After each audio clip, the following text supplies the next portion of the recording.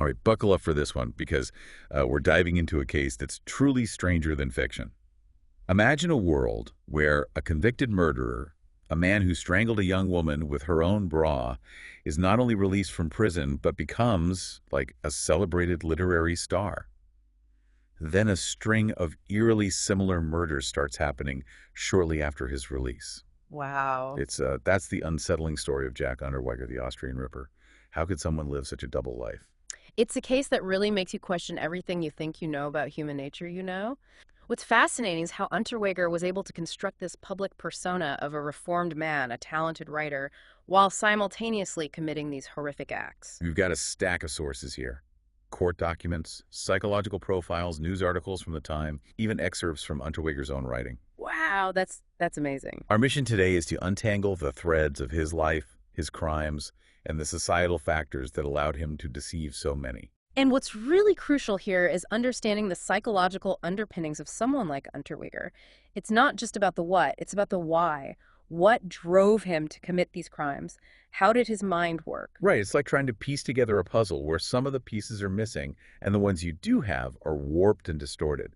But let's start with what we do know with Unterweger's early life. I was reading that his childhood was incredibly troubled. Absolutely.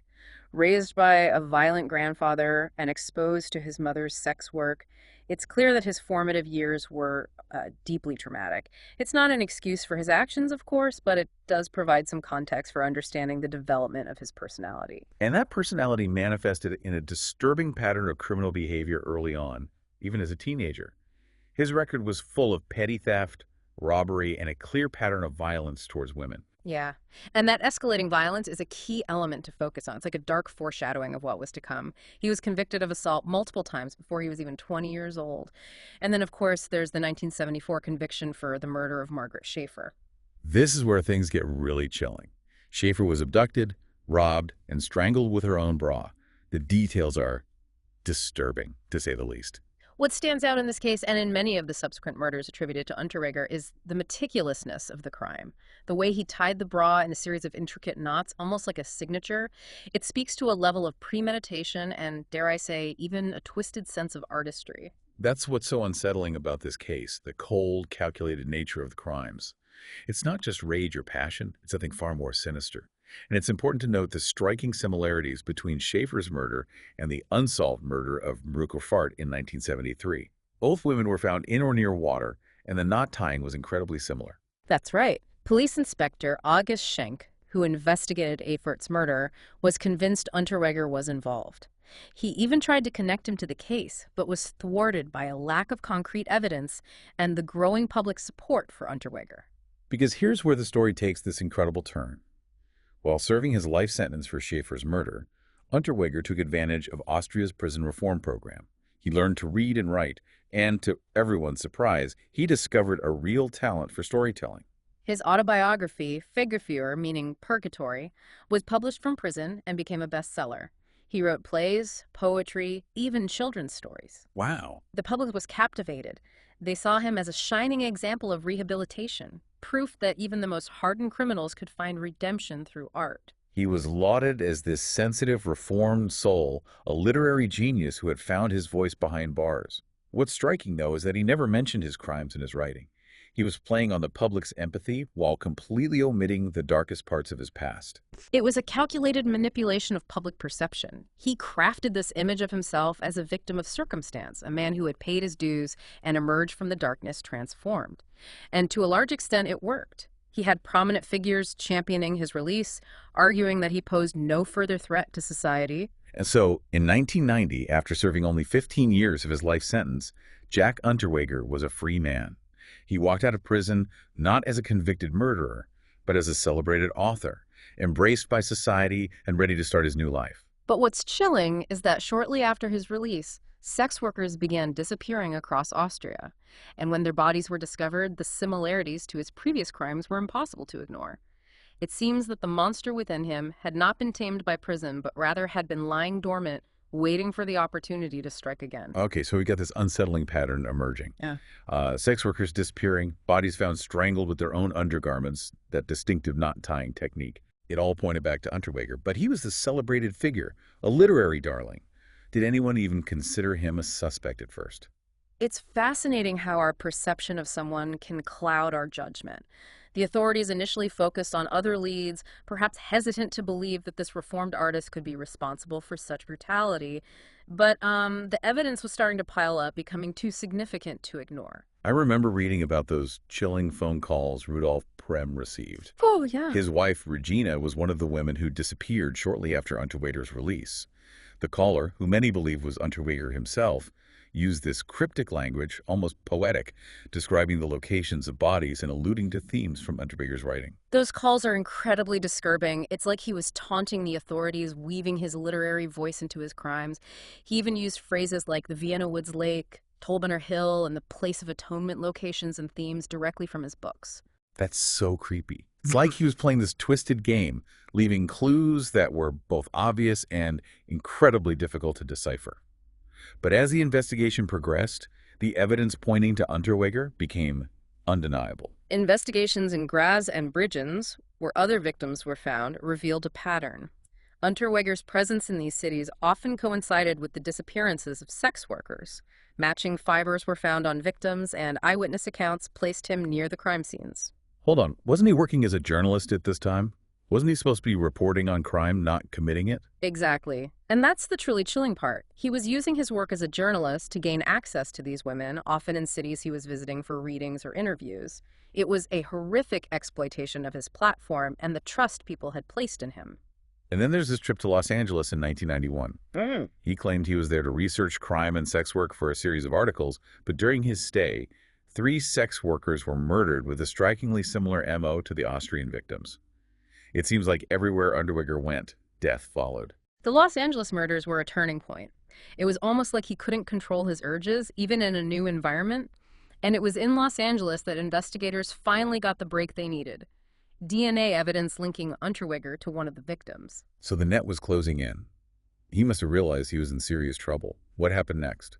Sensing that the walls were closing in, Unterweger fled Austria with his teenage girlfriend. They ended up in Miami, hoping to disappear into the crowds.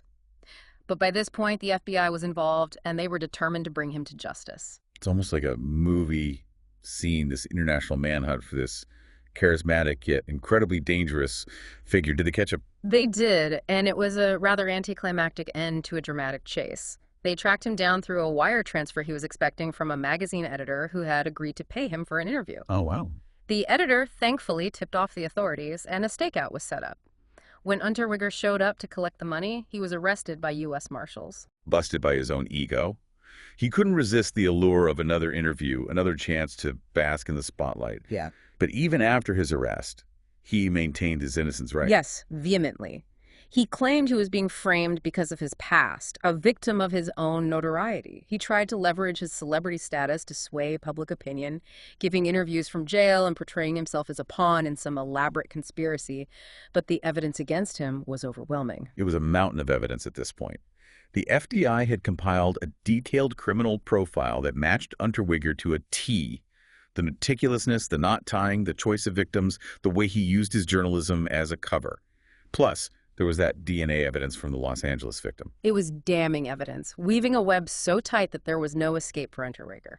The trial of the century, as it was dubbed by the media, began. It was a spectacle, with bomb threats, testimony from ex-girlfriends and victims detailing his violent tendencies, and a psychiatrist who diagnosed him with malignant narcissism with sadistic tendencies. Okay, hold on. Malignant narcissism.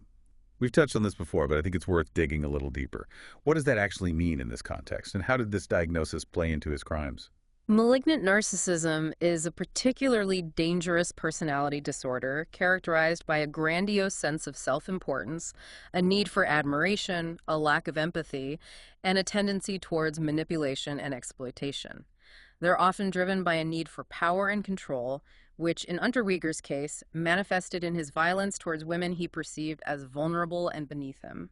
So in a way, he was using his writing, his charm, his entire persona to mask this dark underlying personality disorder. Precisely. He was a master manipulator, able to charm his way into positions of power and influence while simultaneously harboring these incredibly dark and destructive impulses. So what was the verdict? Guilty on all counts. The jury found him guilty of 9 murders, but he was acquitted of 2 due to the state of the remains, which made it impossible to determine the exact cause of death. He was sentenced to life in prison, but But he never served a day of that sentence. no.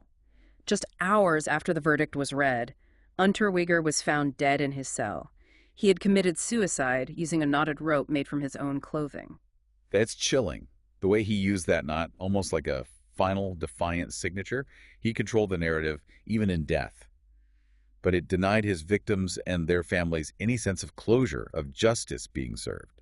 It's a tragic and frustrating end to a case that raises so many questions about human nature, justice, and the systems that are supposed to protect us. Yeah, it's a chilling thought that he was able to orchestrate this final act of defiance. It makes you wonder, did he take secrets to his grave? Were there other victims we don't know about? That's a question that continues to haunt this case. There were several unsolved murders from the time period that fit his profile, both in Austria and potentially elsewhere.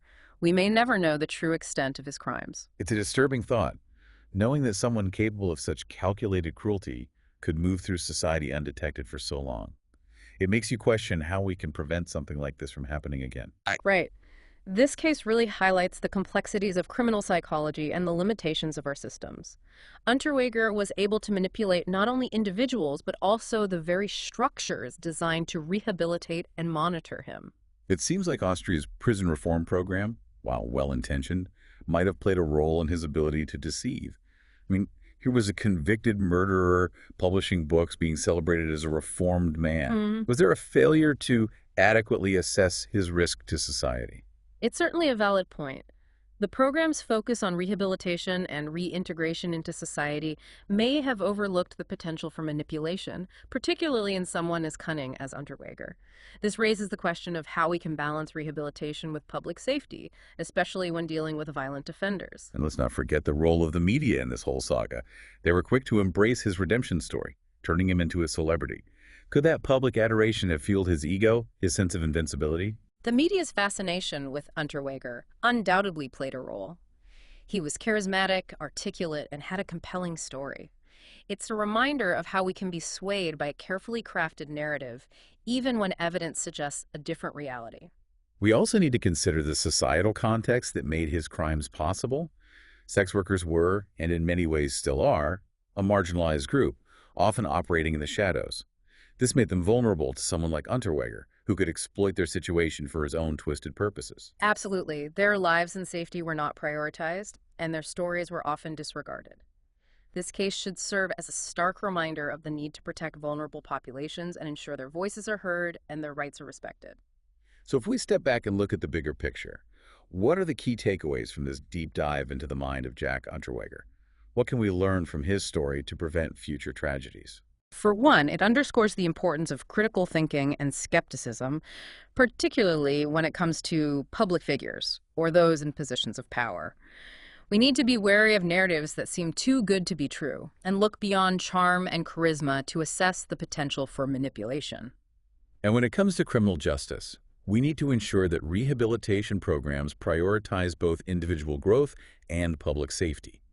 We need to develop better methods for assessing risk and monitoring offenders, especially those with a history of violence. Equally crucial is addressing the systemic issues that make certain groups, like sex workers, particularly vulnerable.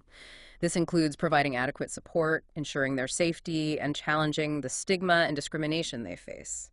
This deep dive has been a journey into the darkest corners of human nature, exposing the complexities of evil and the chilling consequences of unchecked narcissism. It's a reminder that monsters don't always lurk in the shadows. They can wear suits, write poetry, and charm their way into our hearts while harboring the most sinister intentions. And it leaves us with a profound question. How can we, as individuals and as a society, become more vigilant, more discerning, and more committed to creating a world where such tragedies are less likely to occur? That's something I hope you'll continue to ponder long after this deep dive is over. Well, that's all the time we have for today. Thanks for joining us, and we'll see you next time for another deep dive.